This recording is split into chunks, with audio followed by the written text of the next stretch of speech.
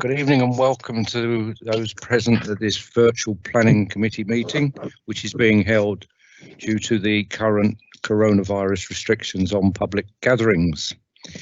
I refer members to published protocols of holding virtual meetings, noting that members to have their videos on at all times, but to put the microphone on mute unless you are speaking. B, in case of technical problems, the meeting will adjourn until resolved. C, if a planning committee member loses the connection, the meeting will adjourn until that member is reconnected. D, if a technical problems persist, the meeting is in quorum, the meeting will be abandoned to a later date. And I remind members when they are voting to state I have heard the discussion and I vote to grant / refuse the application. This meeting is being video and audio recorded and will be available to watch and listen on the website within the next 2 or 3 days. Are there any attendances by reserve members? Thank you, Chair. Reserving for Sachin Shah. Thank you very much. Item 2, right of members to speak. Councillor Amit Jogia wishes to backbench on item 101 Cannons Park Station Car Park. Councillor Amir Moshendon on agenda item 101 Cannons Park Station Car Park, and also on item 301 Prince Edward Playing Fields. Councillor James Lee on agenda item 101 Cannons Park Station Car Park, and Councillor Richard Almond on agenda item 203 3 Lincroft Avenue. Are members of the committee happy to receive these members backbenching? Agreed. Agreed. Thank you very much. Declarations have been published on the website. Are there any other declarations of interest? No? I've got Councillor James Lee here. I've got a non-pecuniary interest because I live in Cannons Park for item 101. Okay, that's noted. Item 4, the minutes of the meeting held on the 18th of November 2020. May they be agreed and signed as the correct record at a later date? Agreed. Agreed? Agreed, Chair. Agreed. That's agreed. Item 5, public questions. I understand we have a public question from Mike Williams. Is he present? Yes, I am. Would you like me to ask the question? Yes, please. Okay. The area action plans and Harrow core strategy make a number of references to Harrow as the capital city of Metroland. Yet now the very streets that John Betjeman talked about, Drury, Vaughan and Butler, are under threat. Do you share the community's concern that a 12-storey high-rise tower is proposed in West Harrow Village, an area which is outside the town centre and outside the Harrow-Wealdstone intensification? Thank you very much, Mr. Williams. I'm sure you understand that this is a live planning application and therefore it wouldn't be appropriate for me to discuss the merits or otherwise of this planning application at this meeting. The planning application will come to a future meeting of the planning committee when opinions will be voiced then. Do you have a supplementary? Yes, I do. I understand this is the only public question, so you've got time to perhaps give some reassurance to the local community that at least you understand their concerns. I realise you cannot prejudge this, but I think a 12-storey high tower outside of the intensification zone and in the midst of a low-rise residential neighbourhood does give rise to quite legitimate concerns, and you should have a degree of sympathy with that. All I can say at this point is that I do note that there have been several emails and I believe a petition about this, so I do note that the community is concerned about it. Can you reassure them? I can't say any more than that at the moment. Item 6 is petitions. Does anybody have a petition to present? I don't see any. Item 7, deputations, none have been notified. Item 8, references from council and other committees and panels. We have received 2 references from the council meeting, which was held on the 26th of November 2020. The 2 petitions are published in the supplemental agenda, which was issued on the 2nd of December 2020. The first petition relates to Cannons Park Station car park development. The second petition relates to Stanmore Station car park development. These are not for debate, and I would like all members to note the receipt of these petitions. Item 9, there have been 2 addendums and some supplemental agendas published. Are we happy to receive those? Agreed, Chair. Happy, Chair, yeah. Thank you. Representations received in respect of Planning Committee on item 101 Cannons Park Station car park. We have a request for 2 objectors to address us, Shirley Sackwold and Mike Turner. Is the committee happy that we allow those 2 objectors 3 minutes each, and in response the applicant for the agent will have 6 minutes? Yes, Chair. Okay. Agreed. Agreed. Agreed. Agreed. Okay. Item 201, land south of Ayman Lodge. We have Theo DeMolder, objector, and Lottie Hurst, agent for the applicant. Item 203, 3 Lincroft Avenue. We have Robert Bruce, the objector, Sammy Chan, the agent for the applicant. And item 301, Prince Edward Playing Fields. We've got Sean McGrath, the agent for the applicant. Is the committee happy to receive all of those as well? Yes, Chair? okay. Agreed. Agreed. Well, I don't take issue with it, except that the Prince Edward playing field, last time we were addressed by the agent for the applicant, and I'm not sure that there would be an awful lot of much use to add to that, as long as it's Chair. Well, when we get to that time, I'll ask the agent for the applicant to make his very brief statement on anything that's changed since we last heard from him. Okay. For the benefit of members of the public, when we look at these planning applications, we will first have a presentation by officers. Then there will be questions from members of the committee, and the objectors and applicants will have 3 minutes each, and backbenching councillors will have 5 minutes each. So as usual, we will take the applications which have objectors and applicants. So the first item on the agenda will be 101, and then we will go to land south of Ayman Lodge 201, and then 203, 3 Lincroft Avenue, and then number 4 will be 301 Prince Edward Playing Fields, and then we revert back to the other applications, which are 202, 204, 205 and 302. Okay, let's start off with item 101, Cannons Park Station car park.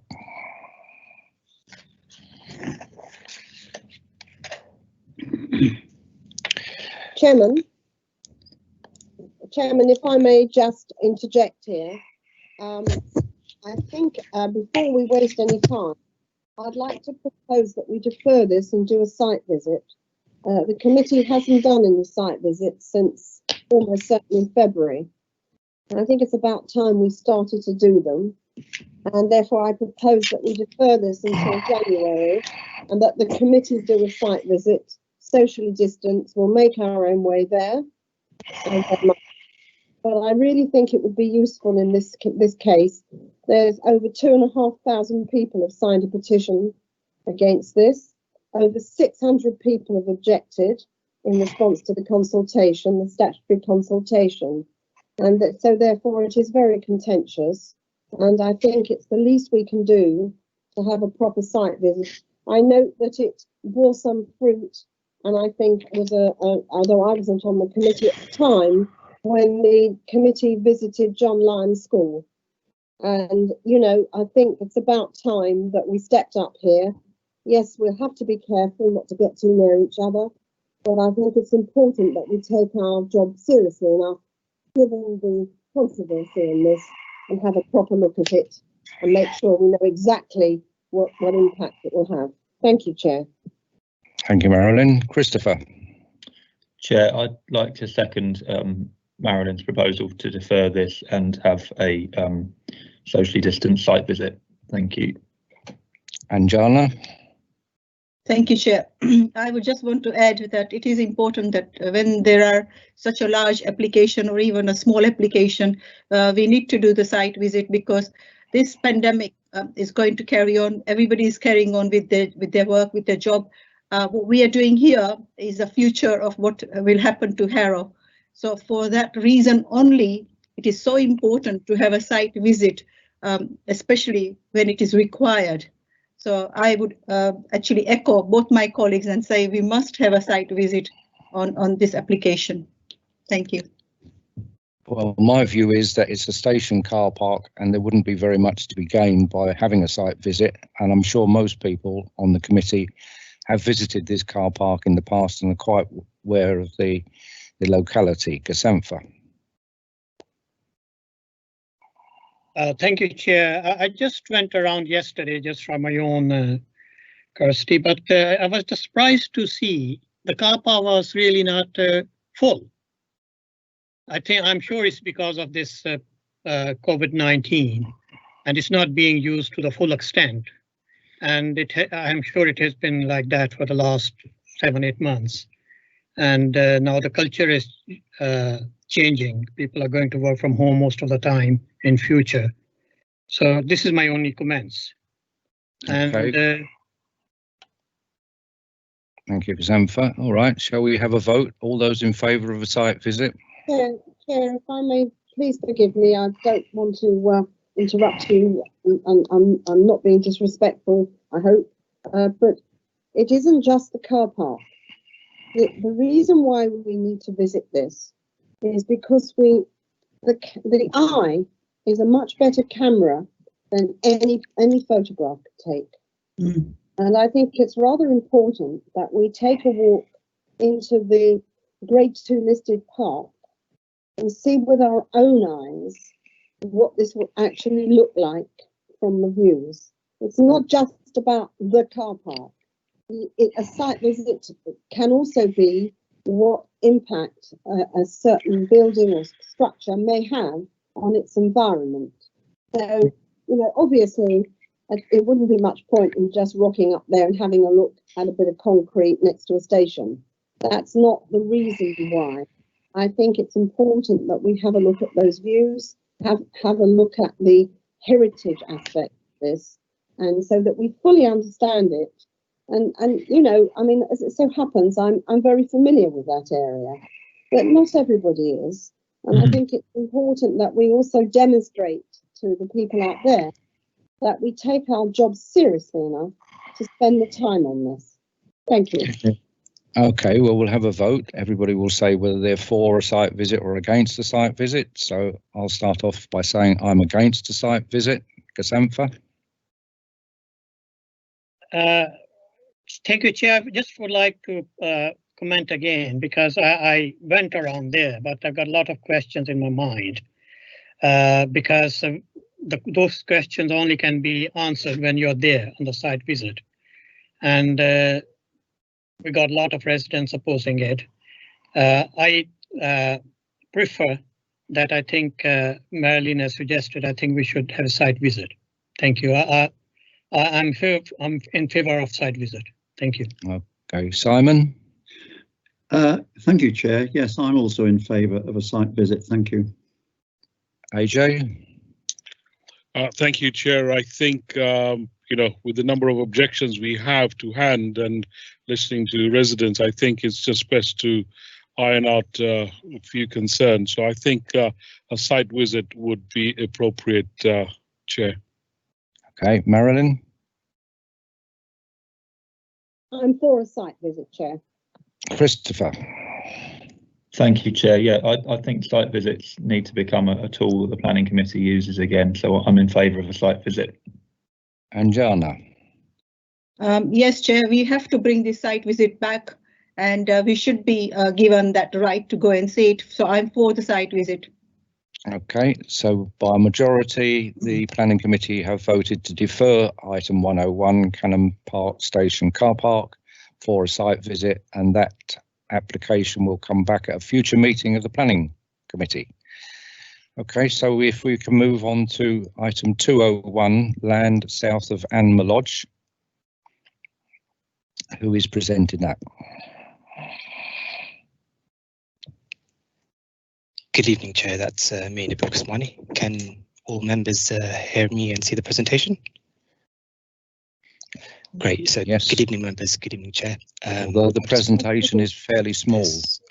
That's better. Large. Great. Thank you. So this is item 201, which relates to the land south of Ayman Lodge and the car park rear of Buckingham Parade, the Broadway Stanmore. The location site is outlined in red and consists of a car park, which is to the west of the former Ayman Lodge development, which has now been implemented. Planning permission, we've got Burnell House, which is located to the northwest of the application site, and to the south is Buckingham Parade, which is a 3/4-storey development. The application site is within Stanmore Town Centre and has a public transport accessibility rating of 3.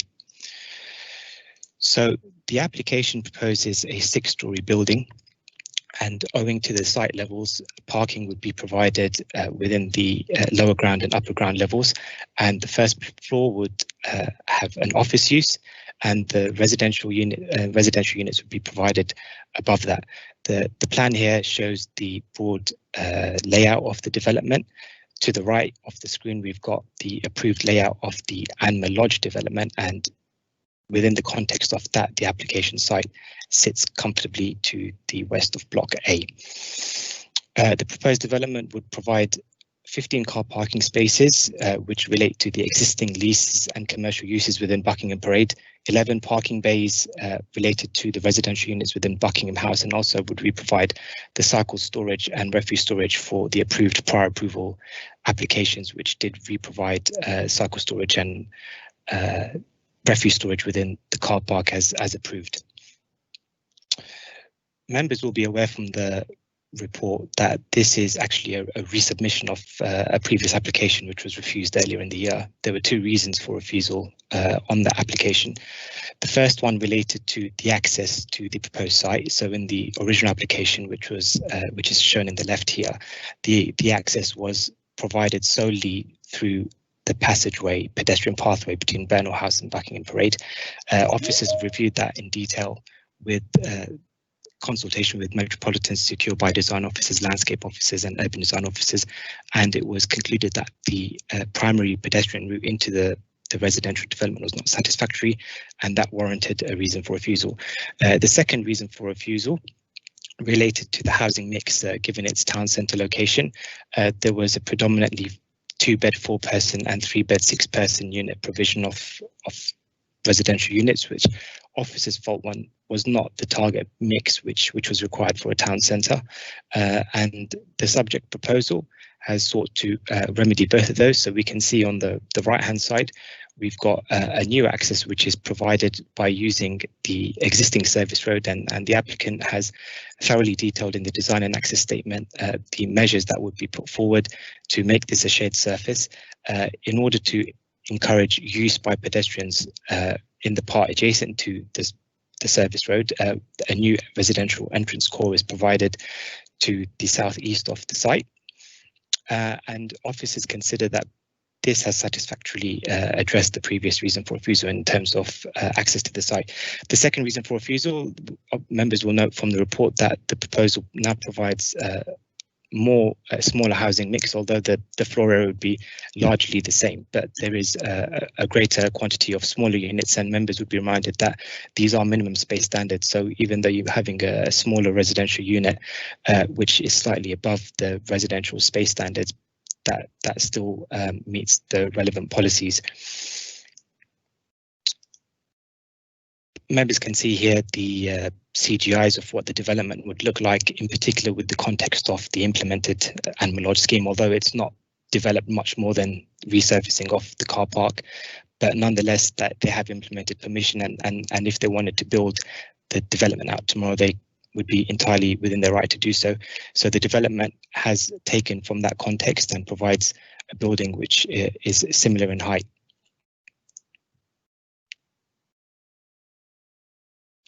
Turning to the main planning considerations, members will note that there are 42 objections to the application, and the petition has also been submitted with 47 signatures. Turning to the principle of development, the proposal would respond to the strategic objective of optimizing the potential for growth on a sustainable brownfield site within the town centre, and would appropriately relate to the site local context, massing and architectural appearance. Furthermore, the proposal would bring forward commercial and housing provision of a satisfactory layout and design to ensure that the future occupiers would benefit from an acceptable standard of living accommodation. And the development complements the town centre designation in terms of the mixed-use provision that's being provided. Given the town centre location of the application site, officers are satisfied that the proposal would maintain an appropriate quality of residential amenity for the adjoining occupiers, and the transport impacts of the proposal are considered to be in accordance with the strategic and local transport policies.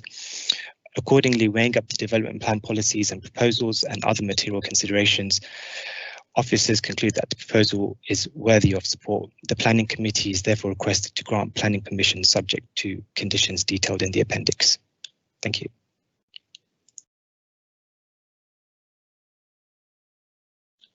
Thank you, Nabil. Are there any questions to the officer? Gasamfa.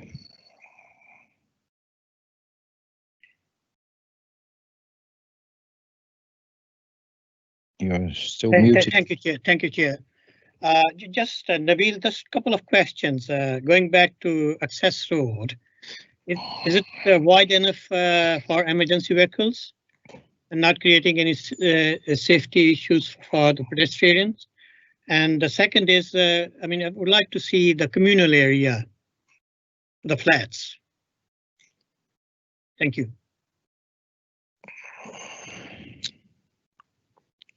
Thank you, Councillor Ali. Would you like me to bring the presentation back up for your second question?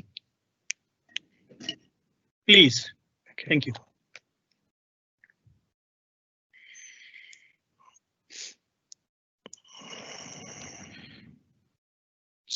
So both of the questions sort of can be addressed in this one slide. In terms of the safety implications, a road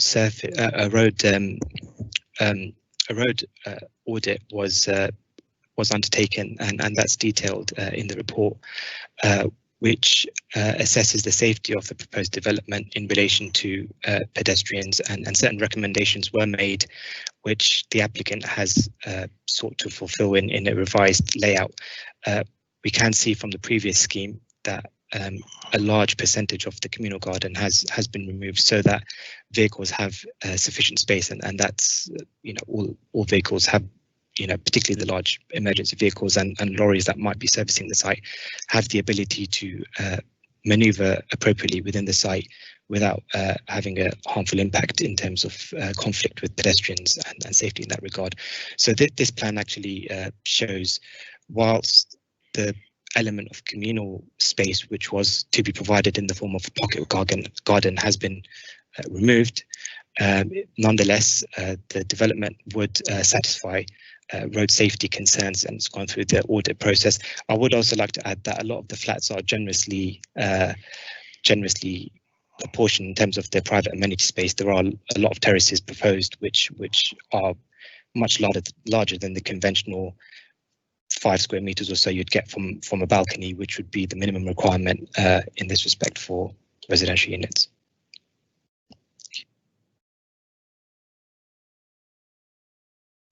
Okay, Marilyn. Thank you, Chair. Given the very good question that Councillor Ali has asked, it occurs to me that if we're going to make a date to go and see the Callans Park station, particularly go and visit the park there and have a look at the views. It wouldn't be much of a stretch, bearing in mind it's only a few minutes drive away, if we actually had a proper look at this. I think it would be a good idea, because I actually had a walk around today, and there's no point in my sharing with the committee what I actually think at this stage. But I think it would be quite useful if we could actually see the proximity of this to the dwellings in Buckingham Parade and Bernard House, and if we could have a proper look ourselves at the arrangements for the road there.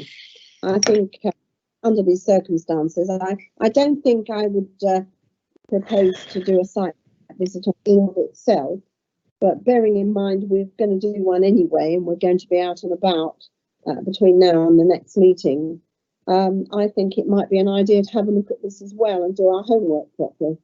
Thank you. Christopher. Thank you, Chair. Yeah, I'd like to second that. I can't fully gauge from some of these pictures exactly how close, or I can see what I think, but it probably is different in reality, and being on site to see that, particularly as we've got something else to visit in Stanmore before the next committee. So I think this would make sense. So I'd like to second the proposed site visit. And Jana. Thank you, Chair. I actually had a few questions about it as well, and more clear about how this actually sets in, and especially about accessing that road, and the question that has been asked about the large vehicles, whether they will be able to get in and out, and whether the pedestrian will be looked after as well. So I think I would actually like to see it for myself. The area itself, because I'm not familiar with this area at all, and I haven't visited on my own either. So I really would like to have a site visit, please. Okay, that sounds reasonable. Is there anybody objecting to a site visit? No.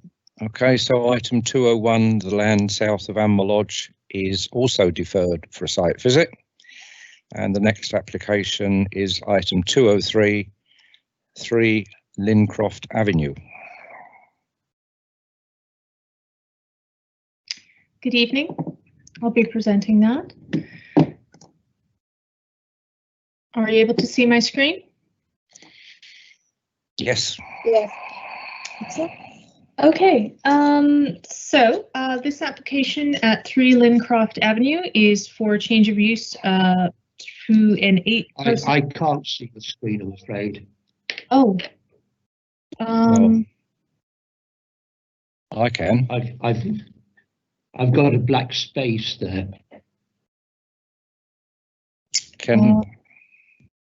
As do I, Chair.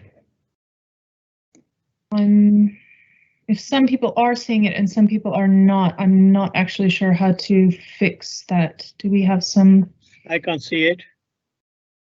Okay. Let me try reloading it. Yeah. Is your presentation going to have anything that's not in the report?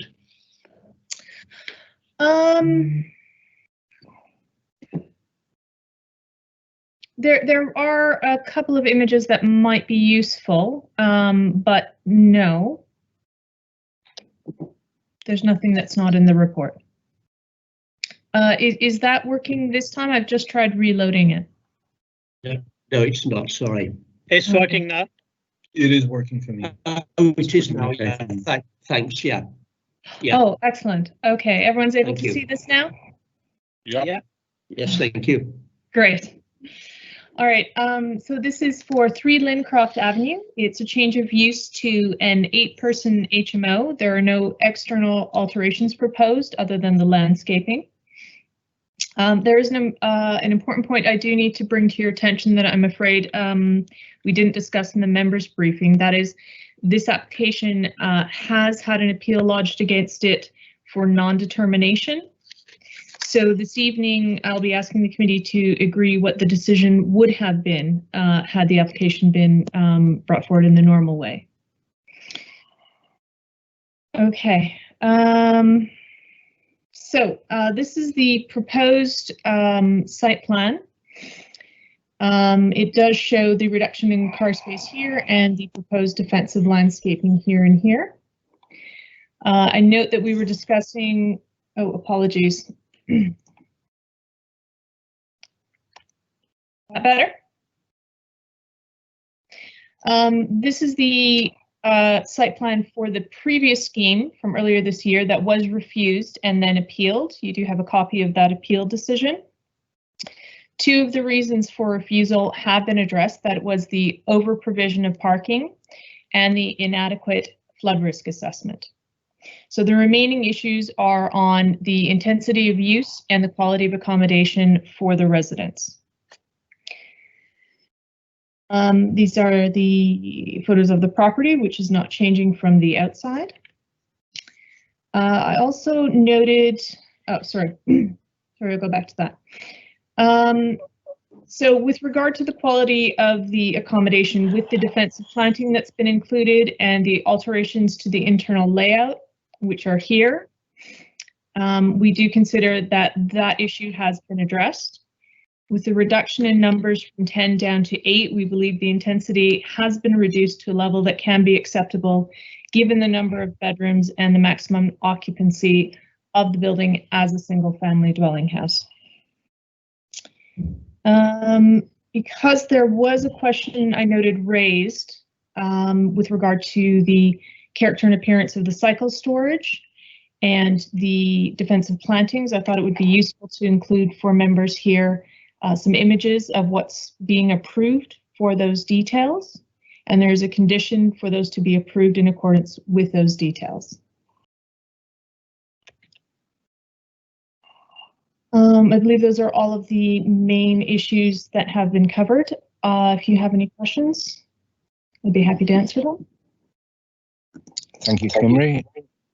Does anybody have any questions? I can't see any. Gasamfa. Thank you, Chair. Kimberly, just how many bedrooms are there? 5? The existing? Yeah, I mean, I believe it's for the 8 people, so I just want to see.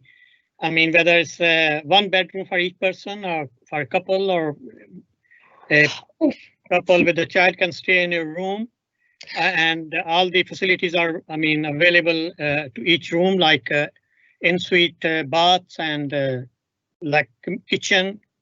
Is it going to be a communal kitchen? I mean, these questions, please. Yes, I understand what you mean. Some of the rooms are of a size that would qualify them as a double bedroom under the space standards. So some of them are above 11.5 square meters. However, the proposal specifies that these would all be single occupancy. There was a question raised at the briefing about conditions. As I mentioned then, we were having some discussions about the about whether it would be possible to impose such a condition based on whether it would be enforceable and meet the other tests required. We have come to the conclusion that there are differing opinions on this. There are some that would support it and some that would support an opposite position on whether such a condition can be imposed. But having reviewed it, we do think that we can justify that in this case. And so in your addendum, there is the addition of a condition to control the occupancy. With regard to the kitchens, there are 2 kitchens included as communal facilities. Some of the rooms do have ensuite as well.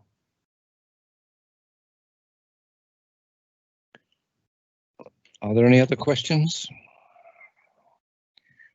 Okay, could I ask Robert Bruce, the objector, to address us for 3 minutes?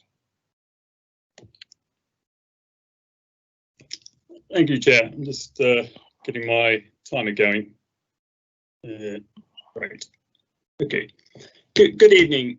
I am Robert Bruce. I live at 9 Lincroft Avenue with my wife and 2 young daughters. I speak also on behalf of the residents in the street and area. I have worked as a planning solicitor for more than 20 years, both in private practice and councils, and residents in the street tend to be families with young children and elderly households, and it's a pleasant place to live. A large HMO is incongruous with the character of the area and is not welcome or acceptable to residents, as you will have seen from the large number of objections.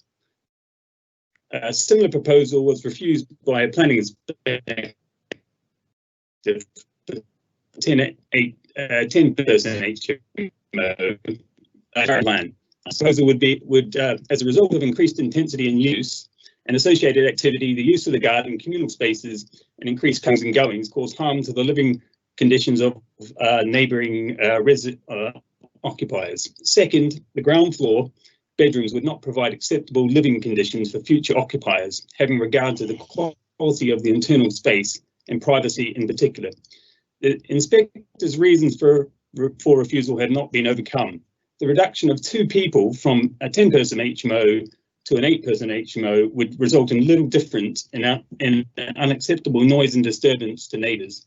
This is not a purpose-built HMO, but a poor adaptation of a family home. The property will still also not provide acceptable living conditions for future occupiers. At the front, the landscaping is so close to the windows that it will either block out light to the rooms or more likely will be low level, as actually we saw in the photos just before. That means that the privacy concerns will remain in those bedrooms. At the rear, the access arrangements to the garden will still have an unacceptable impact on privacy of the occupants of the rear room. With double beds shown in each room, there's eight rooms as well, in answer to the member's question. There's also a significant risk that the property will be occupied by more than 8 people. With no planning condition proposed, there is no restriction on the occupants because the description of development does not act as a restriction under case law. Other issues of concern to residents are unacceptable pressure on street parking, because this is very close to Pinner Station in terms of there being no CPZ here. And the cycle storage is a large, ugly structure at the rear of the property. That should be located closer to number 3. There's also been a history of enforcement issues at this property. And in particular, there's 2 unlawful flats, meaning the 6 HMO limit doesn't, PD rights don't apply. I would respectfully urge councillors to refuse this planning application, as was the case at Caulfield Gardens, Crescent in Greenhill. You can count on our support at appeal. Thank you. Thank you, Mr. Bruce. Sammy Chan, the agent for the applicant. Are you present? Yes, I'm here. I'm here. Can you hear me? You have 3 minutes. Okay. Hello. First of all, I've considered most of the points stated by the objectors not really planning consideration, which we believe we have overcome most of it.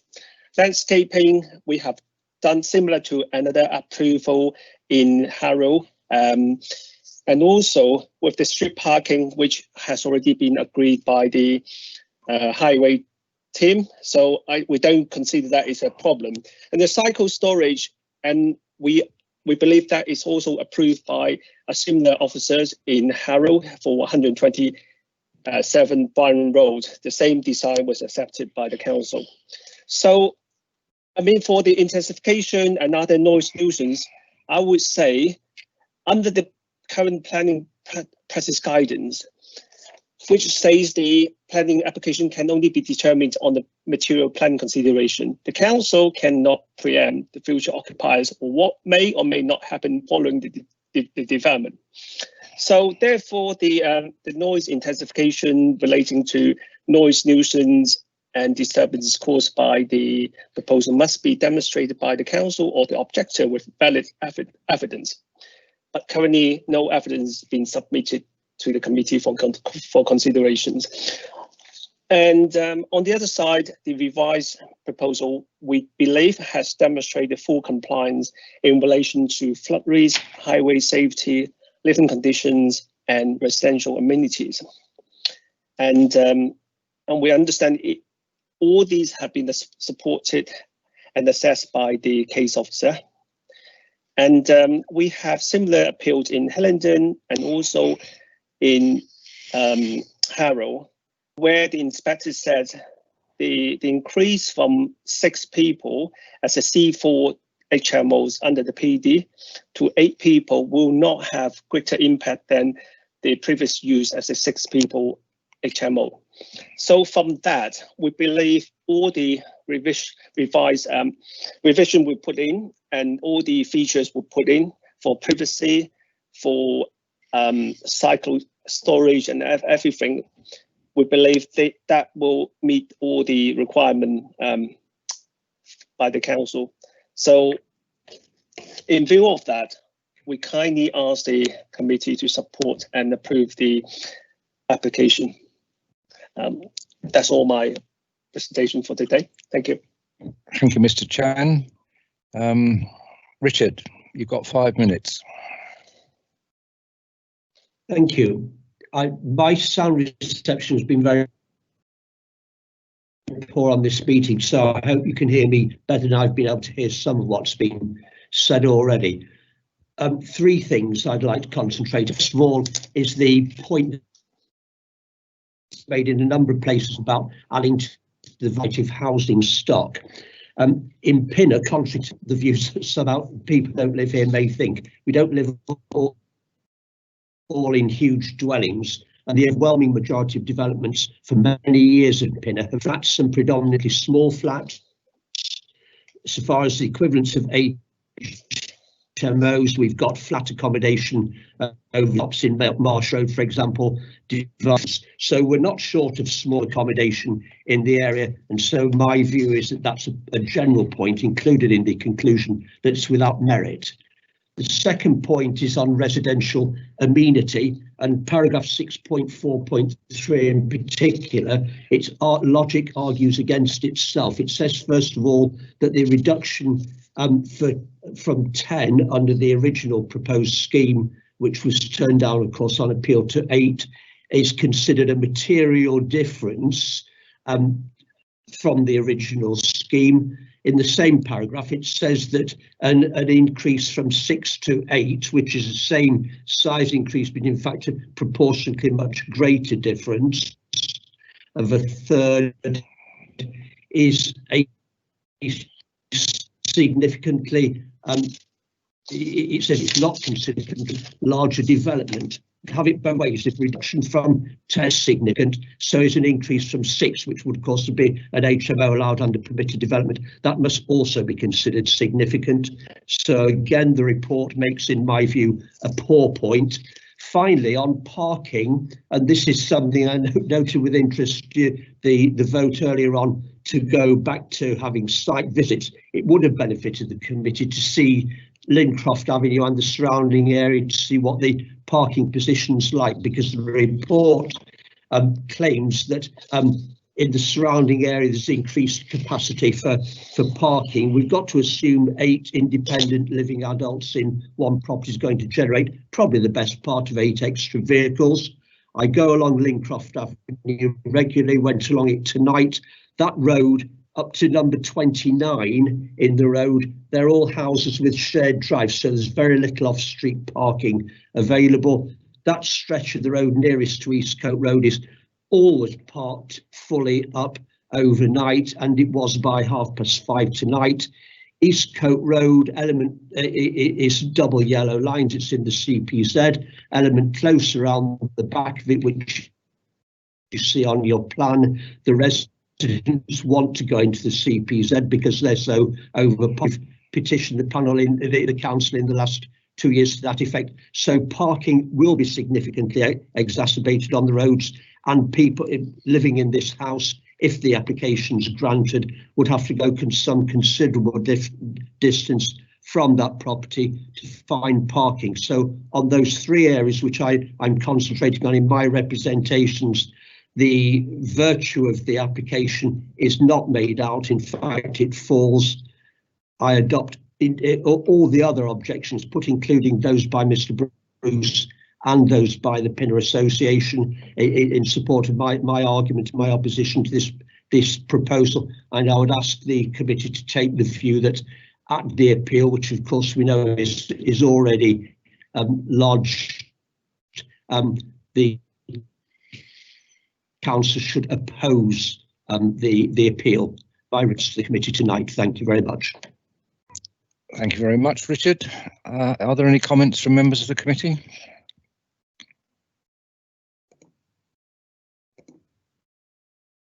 Marilyn. Thank you, Chair. I don't agree with, I agree actually with a lot of what Councillor Ayman has said, and also the objector who spoke tonight.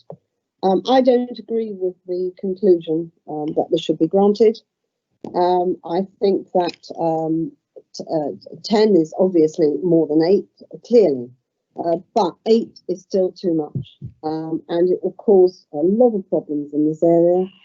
I don't think it's acceptable, and to cut to the quick, I'm going to propose refusal as follows. The reason is the development, by reason of the excessive number of occupiers, presents an overly intensive use of the site to the detriment of the future occupiers and residential amenity within the locality, contrary to policy DS1, Abercorn Strategy 2012, DM1 and DM30 of the Development Management Policy, and of the London Plan 2016, Policy 3.5, and of the Draft London Plan 2019, Policy D1. Thank you. Thank you. Do you have a seconder? Christopher. Yes, thank you, Chair. I'd like to second the motion for refusal by Councillor Ashton. Okay. Anjana.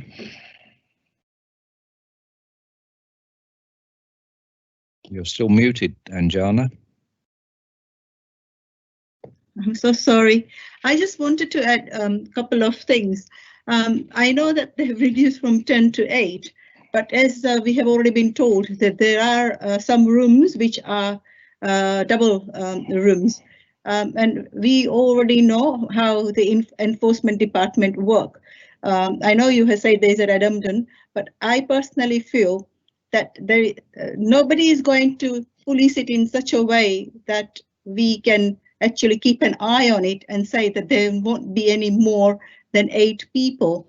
And on top of that, what Mr. Bruce said, according to his presentation, that some of these rooms are not actually appropriate, and even where they are. So do we really want this kind of HMO in a residential area and want people to live in this kind of accommodation is a question I'm asking. I know that we've been told we are not supposed to look at parking, this, that and the other. And so we don't even look at what other boroughs are doing and granting. We also don't look at what we have granted in Harrow in other areas either. We just go by this application. And if it is a nice residential road where people are living with their families, surely this kind of HMO should not be encouraged, is what I would like to say. Why can't we just have a proper family home instead? So I am totally against this particular application, and I don't think this actually adds anything to the road, to Harrow, or to anybody. And I think people who will be living in it it's not even fair to them either, those who will be living in this accommodation. Thank you. Kasampha. Thank you, Chair. My comments are the same as Councillor Anjana Patel has said, that I mean, it's so difficult to enforce these HMOs, and it's been reduced from 10 to 8, and like there's 2 or 3 double bedrooms. I can assure you nobody single person will be staying there. At the end of the day, there'll be not 8, 10, it might be 12 So it'll be very difficult to enforce this kind of place. And also it will create a lot of congestion on the street, which is also a narrow street. And my second comments are the two kitchens. Say if there's even 8 people in the morning,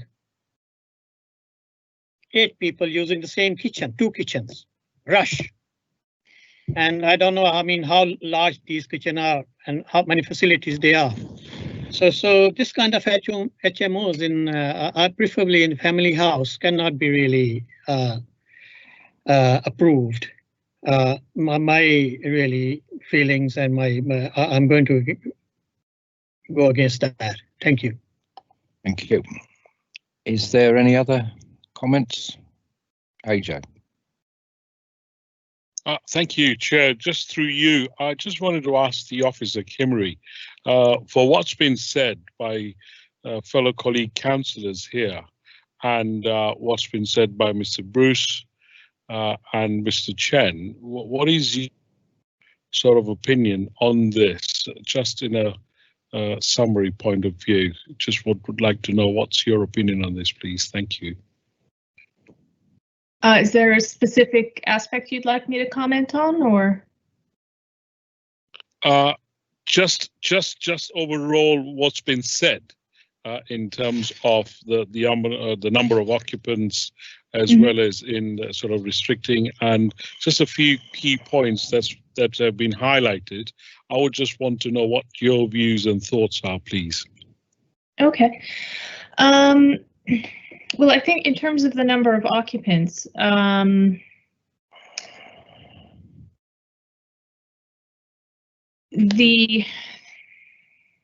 there has to be a point at which the number of occupants is acceptable, and we believe in this case that 8 is that point. In terms of the quality of accommodation, I do think it has addressed that. I do think that the defensible space is reasonable and quite standard for what we normally require for defensible space, so it should be considered to protect the privacy. And I do believe that with regards to the occupancy, there is both licensing, HMO licensing, which would restrict it with the backing of what's been granted through the permission. And we do think we can, in this case, add a condition. So there would be 2 different pieces that would be coming together to help restrict that.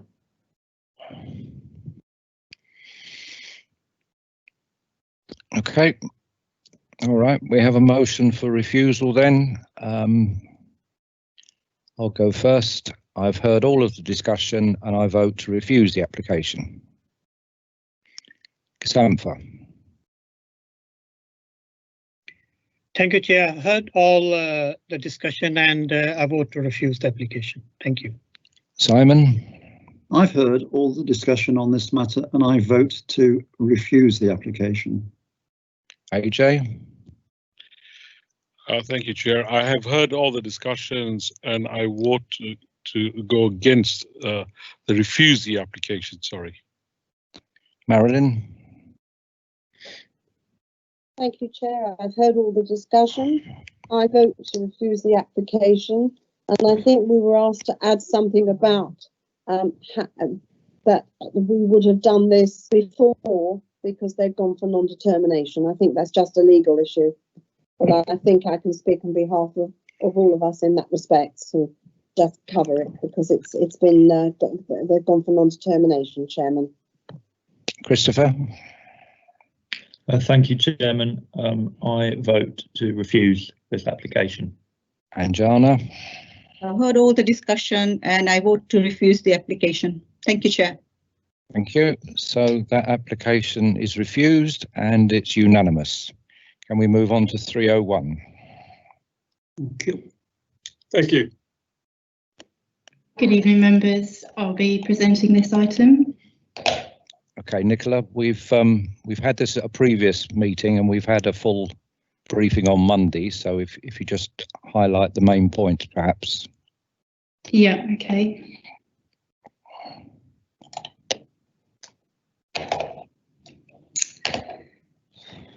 Okay, so this is the High Football Centre, which was brought before members in September. It's now been brought back to the committee to consider the GLA Stage 1 response. Just as a reminder, the application was for the outline planning permission for the 4-storey building with the basement for a hotel, student accommodation, medical diagnostic centre and higher education facility. Here is just some images of the proposal.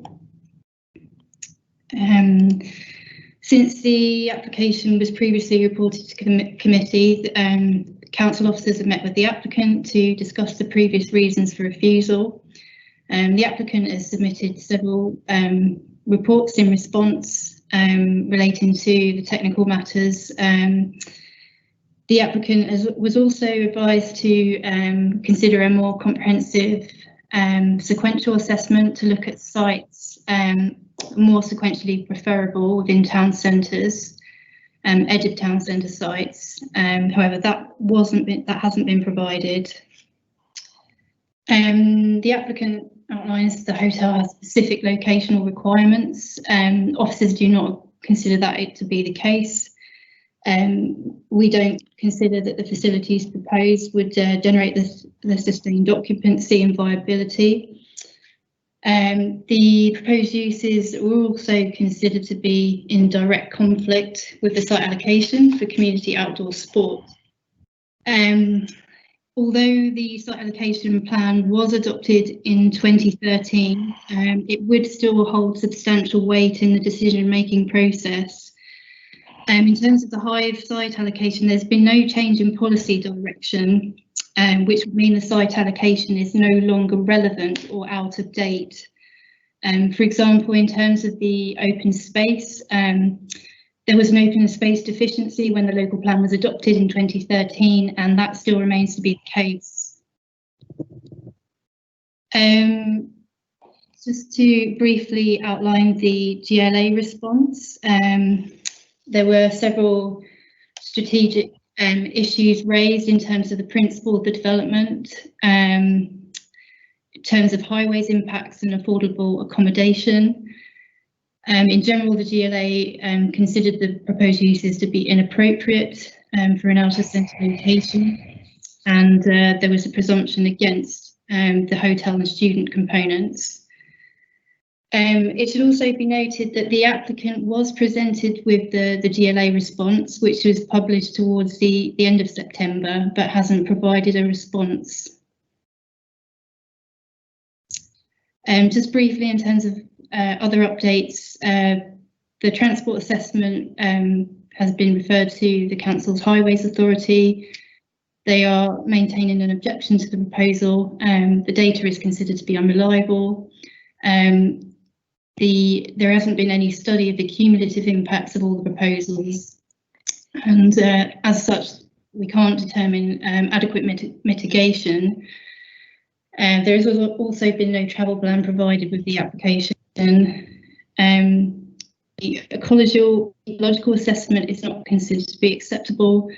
It hasn't taken into account the specific scheme design and is based on an early report for an application in 2017. The flood risk assessment is also considered to be unacceptable by the Council's Drainage Authority, doesn't take into account the up-to-date strategic flood risk assessment. There are a number of benefits put forward on the scheme by the applicant, and the socio-economic statement has also been reviewed by the Economic Development team. They outline the proposal would create 172 jobs, would also generate 10.7 million to the gross value of the economy. However, in officer's opinion, that the benefits put forward by the applicant are not considered to outweigh the material planning considerations. So just in summary, the application is recommended for refusal for the same issues previously presented, in that the proposal fails the sequential test. It doesn't meet the local plan allocation. There would be loss of open space, give rise to a development in a poor strategic location and overall be harmful to the development and growth in the borough. So the planning committee is asked to agree the reasons for refusal set out.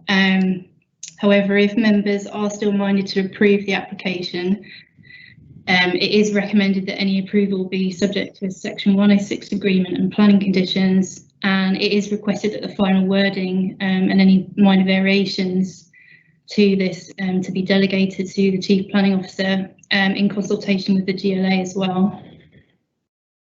I can just run through just briefly some of the conditions if required. So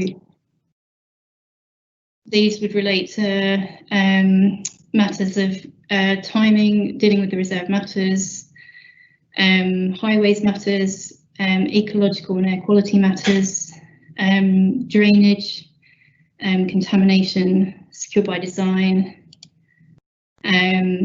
noise issues, and hours of use for servicing and some of the horrible halls within the development.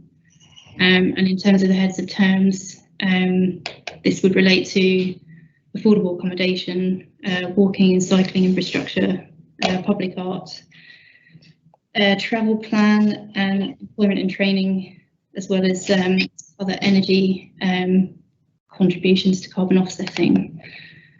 I'm happy to take any questions.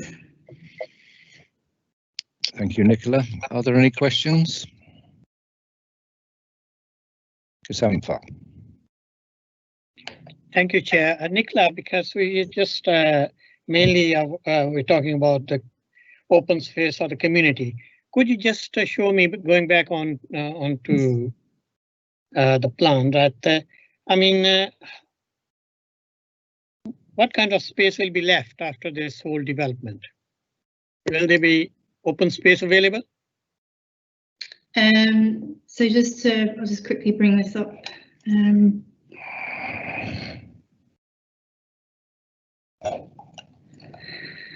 So the entire site here, shown on the site plan, it's all designated open space.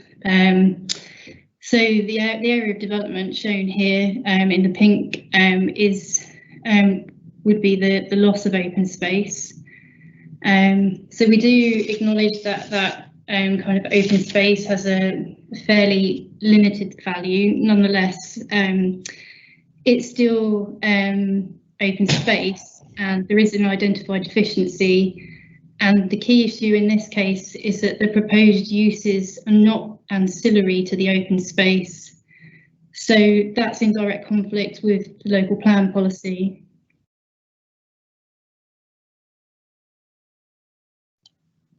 Okay. I've got a, Kasampha? yeah, can I just second question? Thank you, Chair. Just Nicola, as we just more concerned about open space for the community, could you just tell me that to what extent this space is being utilized nowadays? I have been passed through because my friend used to live around there, and this space was underutilized always. I'm talking about not now, but almost a year and a half ago. And nowadays, because of COVID, I think must be very little being used. So had anybody surveyed at what extent this open space is being used by the community? Thank you.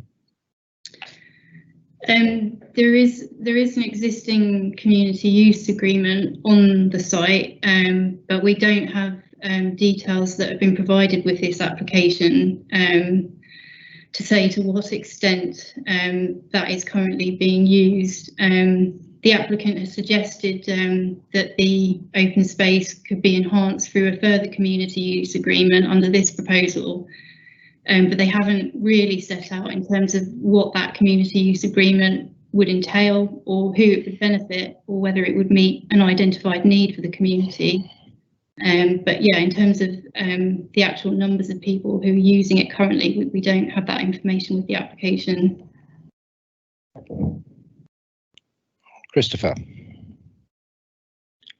Thank you, Chair. I just wanted to say that I think it's a shame that the relevant ward councillors, and there are a few wards really that would probably be interested in this and affected by this, that none of those ward councillors are here tonight to speak on this. And I just wondered whether it would have been more useful if this could have been on the January Planning Committee agenda.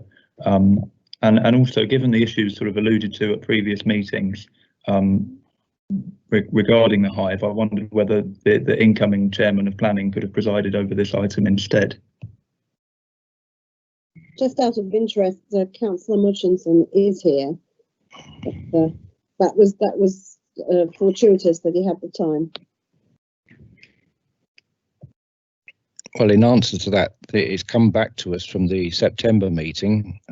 All councillors in the area were aware it was coming to the September meeting, and they would have even been forewarned that this application will be considered at a later meeting.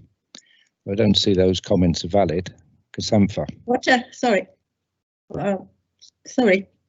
Yeah, yes, my comments, the space is still there. And with this new development, the hotel and other facilities, I think it'll be more useful to the community. And also being not far away from Wembley, I'm sure this hostel facility will be used to the full extent. So it'll be a good facility for the community, and also the space still available. And we can always put a condition to provide these facilities to at large to the community. Thank you. We're going on to comments, Chair, because Councillor Murchison hasn't spoken yet. No. Anjana? Sorry, if we are not commenting at the moment, then I will come back. Okay. Can I ask Sean McGrath, the agent for the applicant? Are you present, Sean? I am, Chair. Can you see and hear me?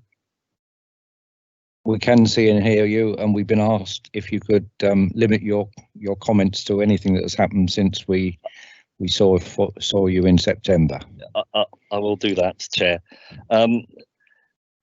In September, there were 8 reasons for refusal. We've commissioned reports that fully deal with all the technical reasons for refusal, but these reasons remain the same. Is it likely that all these independent consultants will have got things wrong? In September, the loss of open space was raised. Can we be absolutely clear on this? The building is over existing roadways and it is in gaps between the stands. There will not be the loss of one blade of grass. We commissioned a legal opinion from one of the country's very top planning QCs confirmed that there is no policy conflict.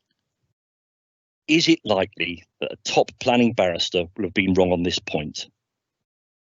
In September, the sequential test was raised. Officers have not been able to identify any sequential sites in Harrow, so now they insist that we review every town centre along major transport routes. That includes the Metropolitan line, the Jubilee line and the Bakerloo line. I don't know how the need for hotel space in Harrow will be met outside Harrow. And of course, developing outside the borough will push the investment and jobs elsewhere. The technical issues raised by officers can be dealt with at the detailed design stage and through the imposition of suitable conditions. Please remember that this is a basic outline planning application. This application has been consulted upon twice and there have only been 13 objections and 3 letters of support. This might be why ward members aren't so concerned with it. The last time this application was presented, you decided, quite rightly in my opinion, to support it because of the benefits it will deliver. These remain, and indeed they have been quantified further. The higher education facilities are for the University of Football Business. This is the first internationally recognised higher education institute dedicated to the delivery of university degrees in football and sports. I think everyone can agree that providing new higher education facilities for a world-leading college is a good thing. Secondly, there is the TIC Health Facility, which will provide a new medical, diagnostic and cancer screening centre for private and NHS patients. I think everyone can agree that providing the UK's best cancer screening and medical diagnostic facilities in Harrow is a good thing. Finally, there is a new hotel. Hotels are accepted as being appropriate at stadia. Even officers now agree that there is a demonstrable need for more hotel bed spaces in Harrow. I think everyone can agree that providing a new hotel in Harrow is a good thing. Officers now acknowledge that the development will create a minimum of 172 new full-time equivalent jobs and a minimum of £10.7 million per annum gross value added to the local economy. I think everyone can agree that 172 new jobs and nearly £11 million per annum to the local economy is a good thing, especially in the post-COVID world. These are very significant benefits for the loss of zero open space. All of the technical issues can be dealt with through the imposition of conditions. I do hope that you now weigh up the planning balance again and support this application to deliver jobs and investment to Harrow. Thank you, Chair and Councillors. Thank you, Mr. McGrath. Councillor Moshenden, you have 5 minutes. Thank you, Chair. I don't propose to take all that time for the committee. And officers have already articulated at length very valid reasons to refuse this application. I would like to bring to the committee the voice of the many residents who live around the Hive and are impacted today by long hours of playing, floodlights and traffic issues. To the representative from the applicant who mentioned the councillor's presence, I propose that a plan that is already proposed for rejection normally attracts less comments and attention from those who agree with that rejection. Hence why very fewer councillors are attending today. The Hive itself provides a much needed open sport facilities for that the council often takes pride in, and rightly so. It is designated to provide sporting facilities for Harrow and the wider community. And the proposed plan in the long term hinges precisely that. The use of the site of the community as the academy and the hotel would take a larger proportion of the hours that are available to the community and the facilities that are available to the community. I suggest that over time, the community would feel pushed out of use of those facilities, and Harrow residents would not benefit from the facilities that are offered to them today. There are also many houses overlooking the Hive, and I've already had large stands erected in front of them, blocking views over the open space, adding a large bulky property around surrounding that would hinder those views even more and intrude on their privacy. The narrow entrances to the Hive, and perhaps not all members are familiar with those, have never been designed to sustain a large amount of traffic. Residents at the moment have accepted and understood that the high footfall and the high traffic are reserved for when the stadium is in use, and that has always been constrained by the number of times that there are games in the stadium and in maintaining what I always understood to be a league level grass. There can only be limited use of that stadium to a number of times per year. Adding the facilities that are proposed will increase traffic in and out of that site tenfold. It will be a permanent impact on both traffic and on the living quality of residents in the area. Councillors, again, officers have already articulated and proposed this application to be rejected, and I ask that all of you will do the same and accept their recommendation to reject this application. Thank you very much. Thank you, Amber. Are there any comments? Marilyn? Chairman, I listened very carefully actually to the spokesman for Football First, Mr. McGrath, and whereas I'm convinced that there are a lot of very good PCs around, the suggestion that whatever a PC might say must be right is quite preposterous, actually. What we're looking at here are 8 incredibly solid reasons for refusal. Just about every single policy this is contrary to. There isn't the site allocation, nothing's changed. That carries significantly.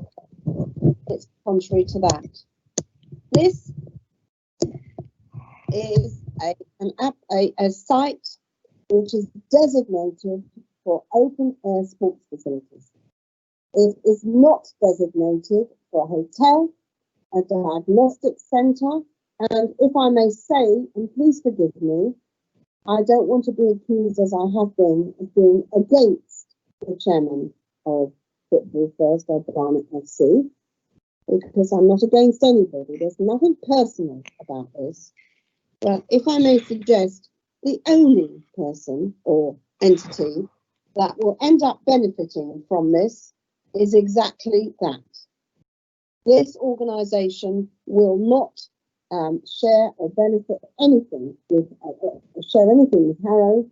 Harrow, as the concept of this, and I know about that because I was in charge of planning when we first did an excellent deal with Barnet FC, and we had a derelict site with weeds growing out of the stadium. We made something of it, but it's gone too far, and frankly, this is the last straw. There are no policies that support it. Our professional officers don't support it. The GLA are, to say the least, lukewarm. I wouldn't be at all surprised if they direct refusal if this goes through, and that will make us look very stupid. So in fact, I can't begin to tell you how disappointed I am that this was called in by Councillor Keith Ferry, who has disclosed a non-pecuniary interest, and fine, that's what he says he has, but it's very strange. Something that is so spoken about in such a negative way in this report that one of our best officers, Nicola Rankin, has written an excellent report, and there isn't anything about this that's acceptable to our professional officers. There's hardly anything about this that is acceptable to the GLA. There is no justification for this whatsoever. Were this to go to appeal, the appeal would be dismissed, for sure. It's unbelievable. And in the event, and I hope it doesn't happen, because shame on anybody who lets this happen, I shan't let a lot of people forget about this for very many years if this goes through. But I can tell you that if it does, and I hope it doesn't, all of those conditions will have to come back to this committee. We will have to judge each and every one of those conditions ourselves and make sure that we have, as a committee, with a different chairman, complete control over what happens, because this will go wrong, and the people of Harrow will not benefit, and the people living in what will become the new Centenary Ward will be upset. People in Edgware Ward will be upset, and Councillor Wilkinson knows that the people in his ward, which also abuts this site, will be incredibly disappointed. And so I do hope this is not granted. It should not be granted. I feel very strongly about it, which is why I'm speaking in very assertive tones. Thank you, Chair. Thank you. Anjana. Thank you, Chairman.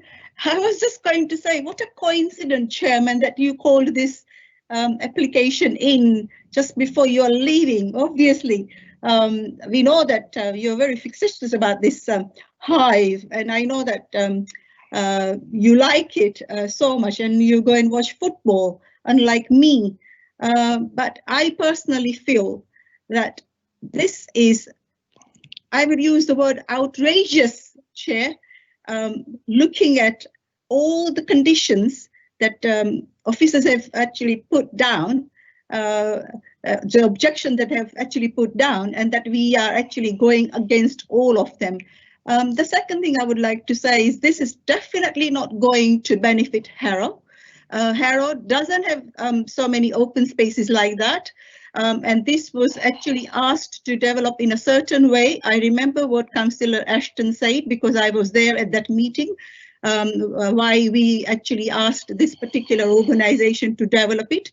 And whatever we have got there at the moment is fine.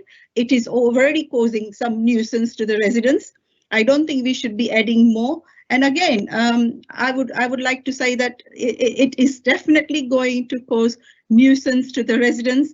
And this is not something that Harrow is going to benefit at all. I don't think we need this kind of academy, or I don't think we need a hospital there.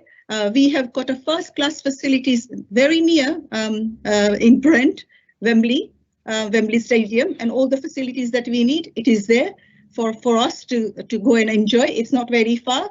So I don't think that we should be changing this at all. And as Councillor Ashton said, we should not embarrass ourselves when the officer has clearly said, and especially the officer who is actually very well respected, has said and given all these objections for this application, regardless what Mr. McCarthy has to say, that they have actually addressed all of them. I don't think they have addressed any of them.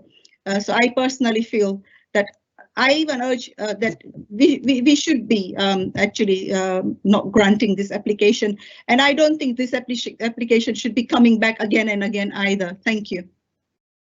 Thank you. Kasampha. Thank you, Chairs. I'm going to repeat my comments as I did before. We're not losing any space, but we're getting some more facility which will benefit Harrow and the local community and Edgware particularly. So these kind of facility we need really in Harrow, particularly a hotel and other facilities, and it'll be very helpful because we are not losing any space. That's the main thing. Thank you. Thank you. What about the residents living in that area? I can't see any more hands, so if we move to Simon. Thank you. It's a very late hand, Chairman. I'll speak as an ex-ward councillor for the area. I was ward councillor in this area up until 2002, so this century. So I do know the area, I do know the locality, I do know all the houses and streets around there, and a lot of the people that live there when I was councillor there still live there because I know when I go and talk to them for other purposes. I think whether or not we feel Harrow needs a hotel and other comments that have been made about why this is on the agenda are irrelevant. I think what is relevant are the officers' comments, the officers' recommendations, the 8 recommendations that the officers have put forward, and the simple statement that says the proposed development is considered to be unacceptable in principle and so on. I don't think we need to go into looking about which bits of space are taken, whether the hotel and the others just fill in between the stands. The officers are quite clear on their reasons, 8 reasons, which haven't changed substantially since we looked at it last time. So I think there is no discussion in my mind, but to go ahead and agree the refusal. Thank you, Chairman. Thank you.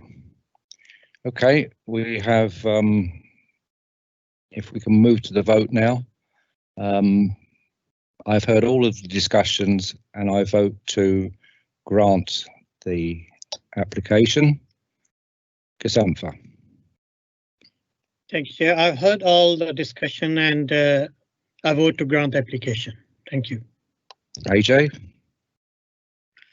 I've heard all the discussions and I vote against the application. You mean you're voting in favour of refusing it? Yeah. Yeah. Simon? Thank you, Chair. I've heard all the discussions on this matter and I vote to refuse or to accept the refusal of the application. Marilyn? I've heard of discussions and I vote to refuse. Christopher? Thank you, Chair. I've heard all the discussion and in line with the recommendation, I vote to refuse the application. And Jana?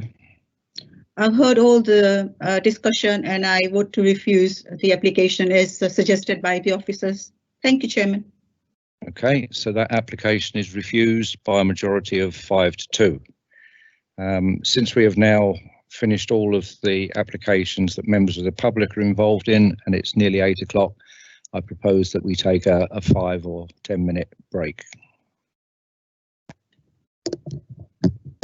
Thank you, Chair.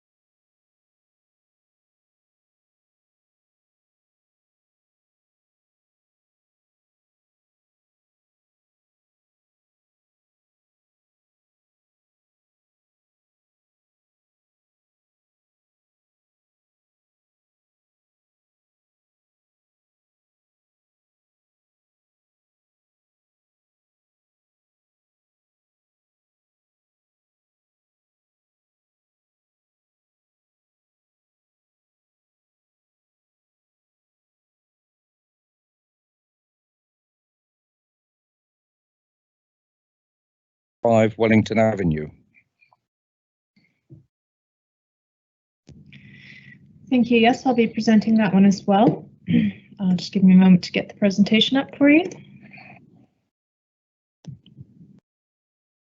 Oh. Sorry. Oh, here we go. Okay. Can everyone see this? Yes. Okay. Yeah. Excellent. All right, so this is for a property that is located in a small cul-de-sac. The property consists of the existing house, which you can see here, as well as incorporating the vacant land to the rear and to the side here with the garage. The proposal is to demolish the existing house and rebuild a semi-detached house with the consolidation of the land. The proposal is considered to be compliant with garden land policies. The character and appearance of the house is considered to be in keeping with the other houses in the area and in the cul-de-sac specifically, in particular given the revised roof form. It does meet the minimum space standards. There are considered to be no unacceptable impacts on neighboring residences, and the property does provide 2 parking spaces per site, per dwelling, I should say. There are some conditions for biodiversity and landscaping. With the removal of Japanese knotweed, I would draw your attention to the supplemental addendum, which details some revisions and additions to those conditions. Thank you. Thank you, Kimry. Are there any questions? Any comments? Marilyn.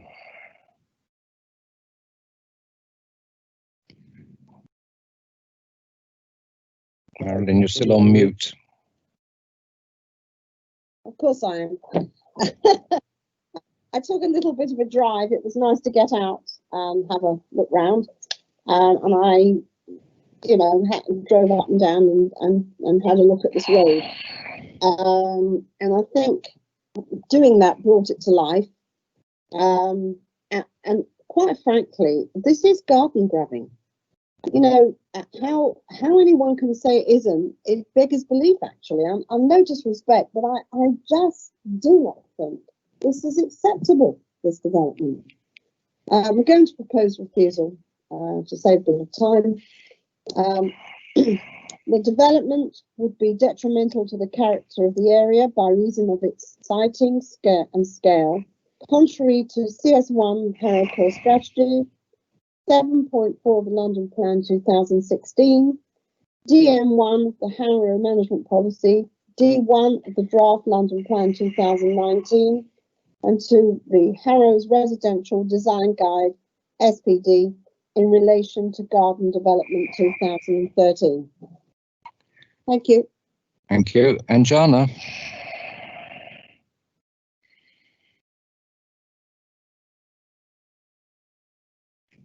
You're on mute as well. Same problem as me.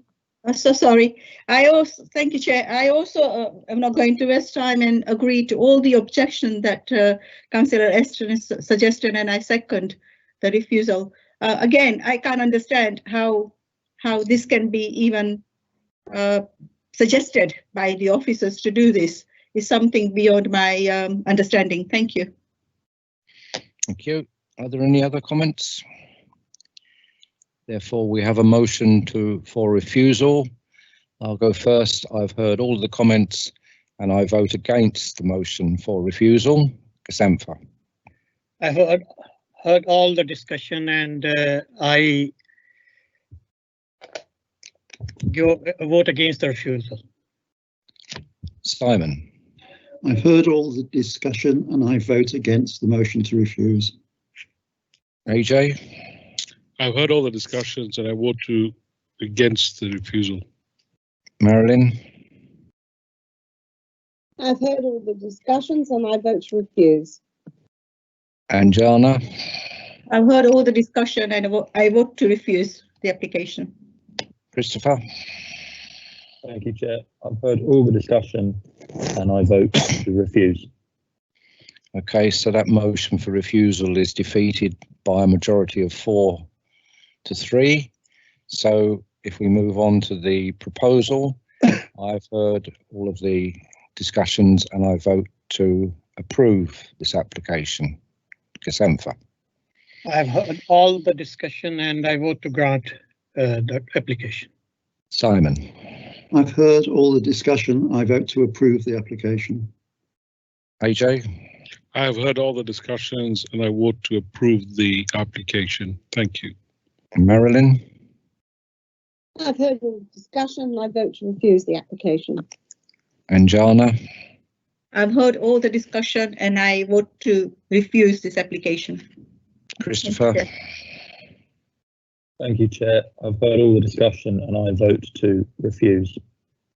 Okay, so that application is granted by a majority of 4 to 3, and we move on to 20425 Abercorn Road.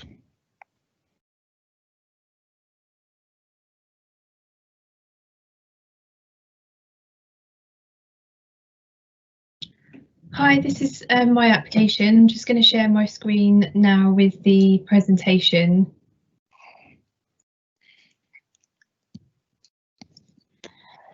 So this is a replacement dwelling.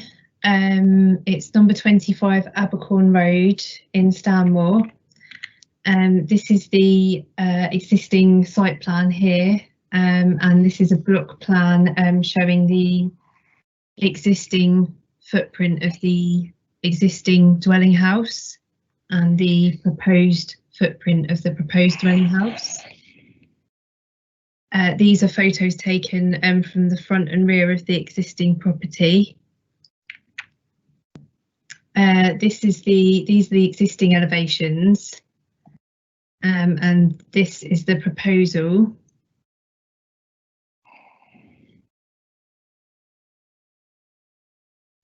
The existing floor plans and the proposed floor plans. And officers are recommending approval of the application. There have been no objections, and we're recommending approval with the conditions. Thank you very much. If anyone's got any questions, I'll happily answer those. Thank you, Katie. Are there any questions? Sorry, the officers just say there's no objections, but it says there were 6 objections received.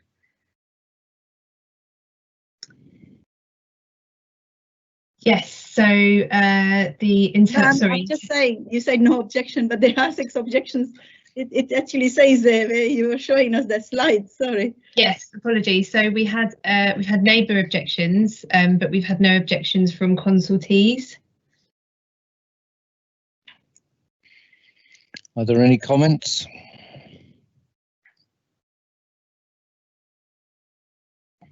Marilyn? Yes, Chairman, I called this in actually because I wanted to make sure that it was acceptable development. I have to admit, I'm not that keen on it, but I don't think there are any grounds for refusal. There have been some concerns expressed by local residents who are consultees as well, which is why we do statutory consultations. I can understand why there have been some other issues on the site that are not related to planning, and sometimes that people get a little bit upset about that, but one has to judge this purely on the built environment. Yeah, I mean, it's not a badly designed house, but I think we are going to have to keep a very close eye on the hours of work and all the other things that go with being a considerate developer and so on.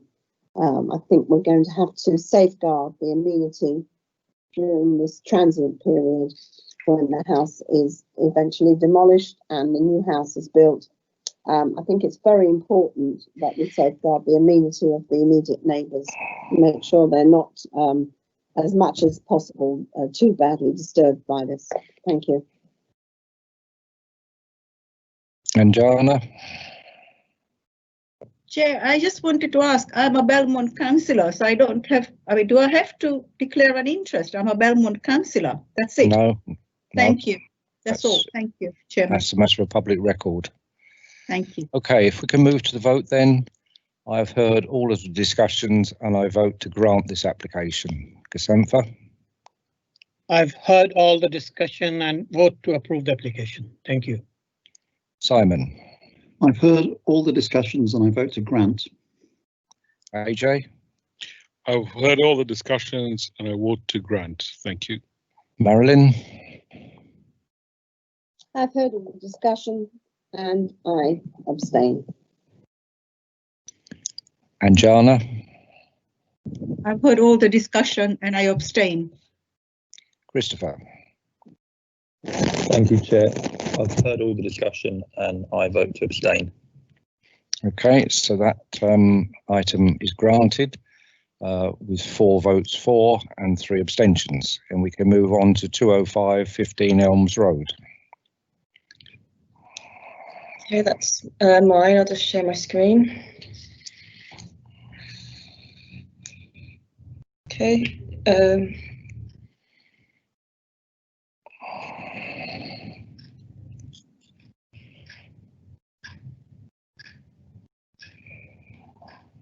Okay, can you see the presentation?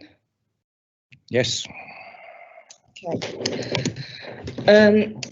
So 15 Elms Road.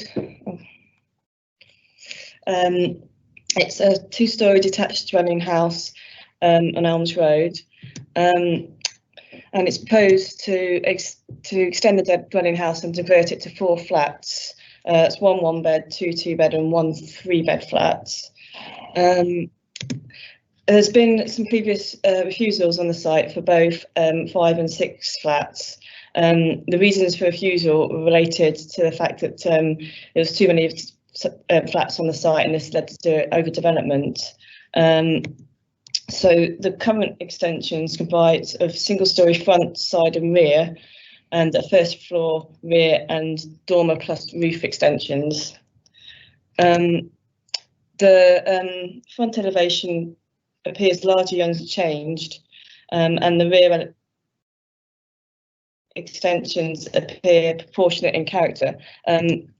This here shows a comparison with the most recently refused scheme for 5 dwellings. Shows that the image on the left is the refused scheme.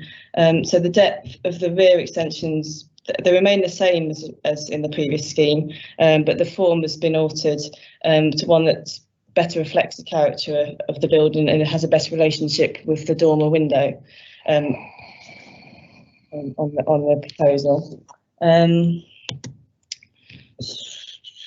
All the flats meet the required floor standards, but by reducing the number of flats, the previous issues of the layout have been addressed. The garden area has been subdivided to provide amenity space for each of the flats, and there's space for refuse and cycling provided in the rear gardens, and also there's 4 parking spaces on the frontage. So in conclusion, it's considered that the previous reasons for refusal have been addressed, and the proposal is acceptable in terms of amenity and character, so it's recommended for grant. Thank you, Faye. Are there any questions? Are there any comments? Marilyn?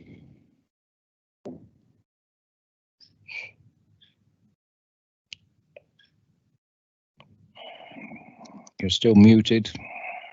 Of course I am. I called this in, and the reason why is because, you know, when something is nibbled away at like this, it sometimes worries one that that it's acceptable. And as you know, I take a keen interest in this and keep an eye on all the applications as they come in every week. And I had a watching brief on this. But I'm satisfied that the previous concerns now have been addressed. Thank you. You have to get it to the committee to make sure. Thank you. Fine, I don't see any other hands raised, so if we can move to the vote. I've heard all of the discussions and I vote to grant this application. Gasamfa. I have heard all the discussion and vote to grant the application. Thank you. Simon? I've heard all the discussions and I vote to grant. AJ? I've heard all the discussions and I vote to grant. Thank you. Marilyn? I've heard all the discussions, I vote to grant. And Jana? I've heard all the discussion and I vote to grant, Chair. Thank you. Christopher? I've heard all the discussion and I vote to grant. Thank you, Chair. Thank you. We have another item on the agenda, 302 Ayman Lodge, but I understand that officers are proposing that this is withdrawn. Can I have some guidance on that? Yes, so this particular application, there was a watching brief on it, but in error, it was placed on the agenda before it was confirmed with the councillor to take it to committee. So it's really, it should be delegated. You can either return it and we can determine it under delegated powers, or alternatively you can review it this evening and make a vote on it if you so wish. Okay, thank you. Marilyn?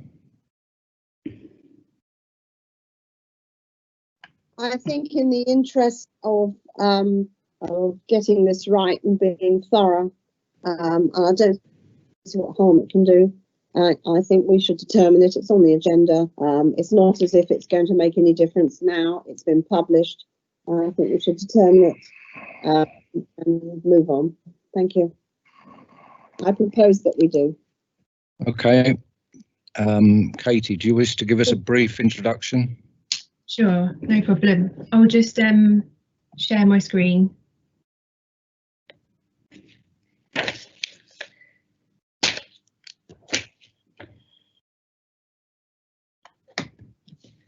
Okay, so this is item 3.2, Ayman Lodge on Oxley Lane. It is the proposal for, or rather existing retrospective planning permission is sought for entrance gates to the property. These are the existing entrance gates here and here.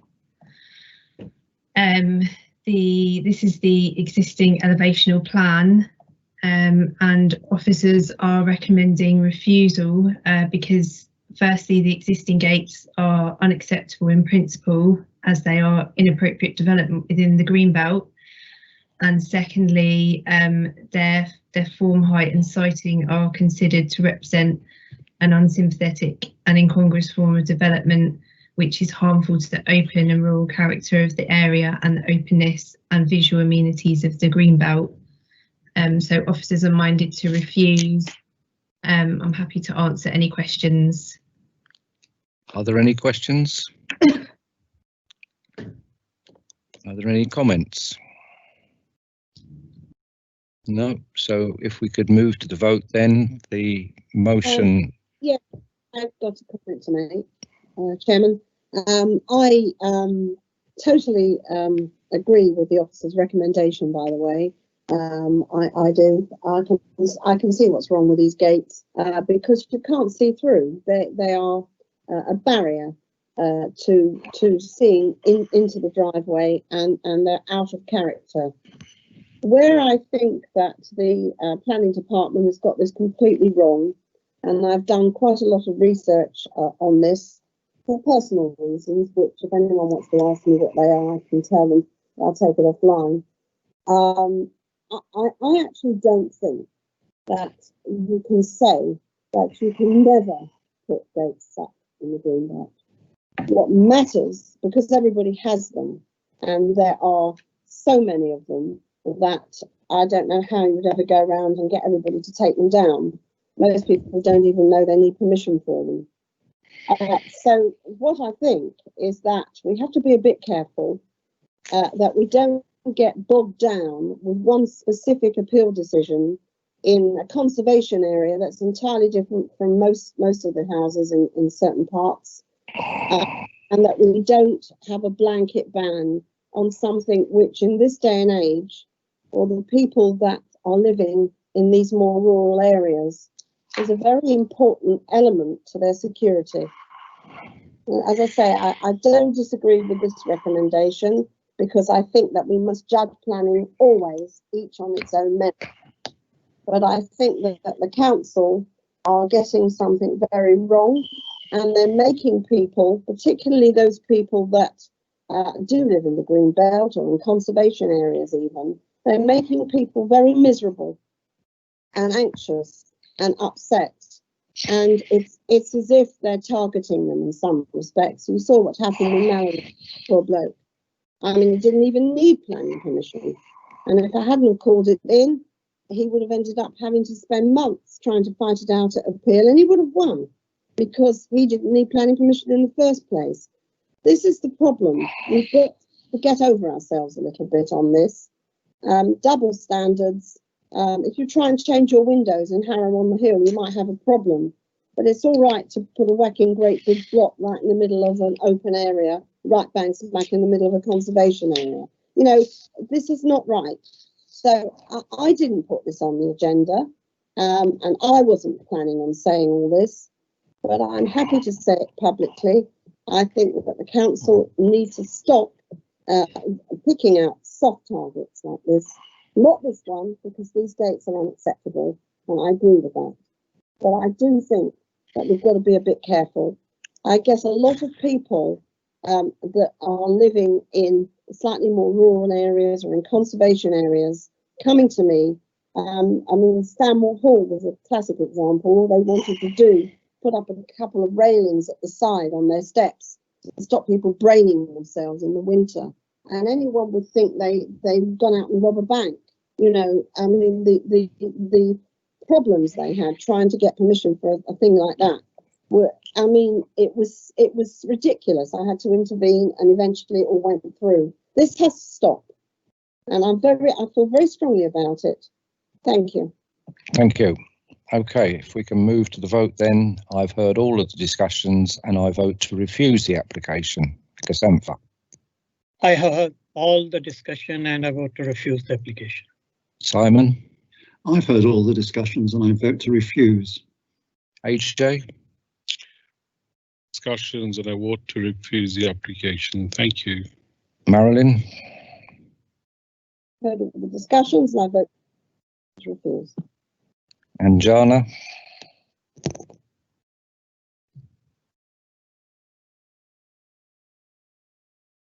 And Jana, we can't hear you.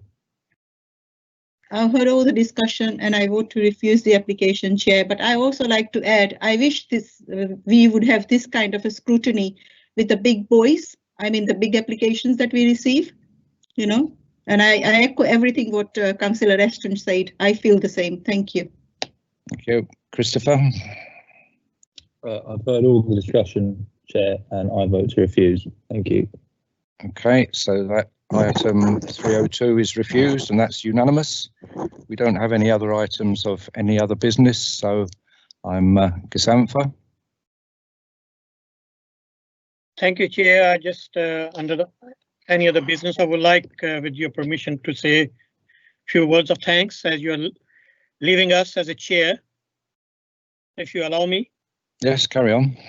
Yeah. You have served this committee for many, many years. I think must be more than 10, 15 years. You might tell us. And you have chaired and conducted this committee very eloquently and professionally. And your knowledge and experience on the planning have benefited us all. And we wish you good luck.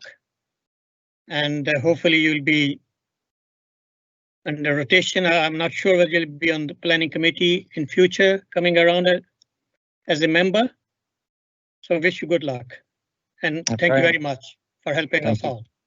Thank you, Gazampha. AJ? Thank you, Chair. If I could just echo what's just been said by Gazampha, just want to say a big thank you for you being on the chair, and you've been very instrumental for the time that you've been on the chair as such. So thank you, and look forward to working with you along with other committees. Thank you. Thank you. Simon?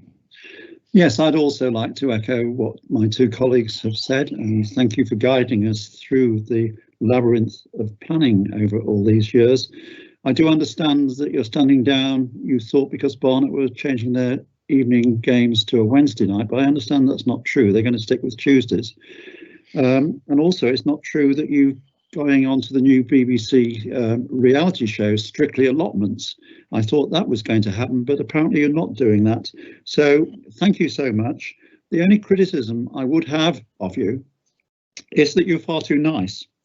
When members of the committee continually speak while muted, you insist on reminding them to unmute themselves.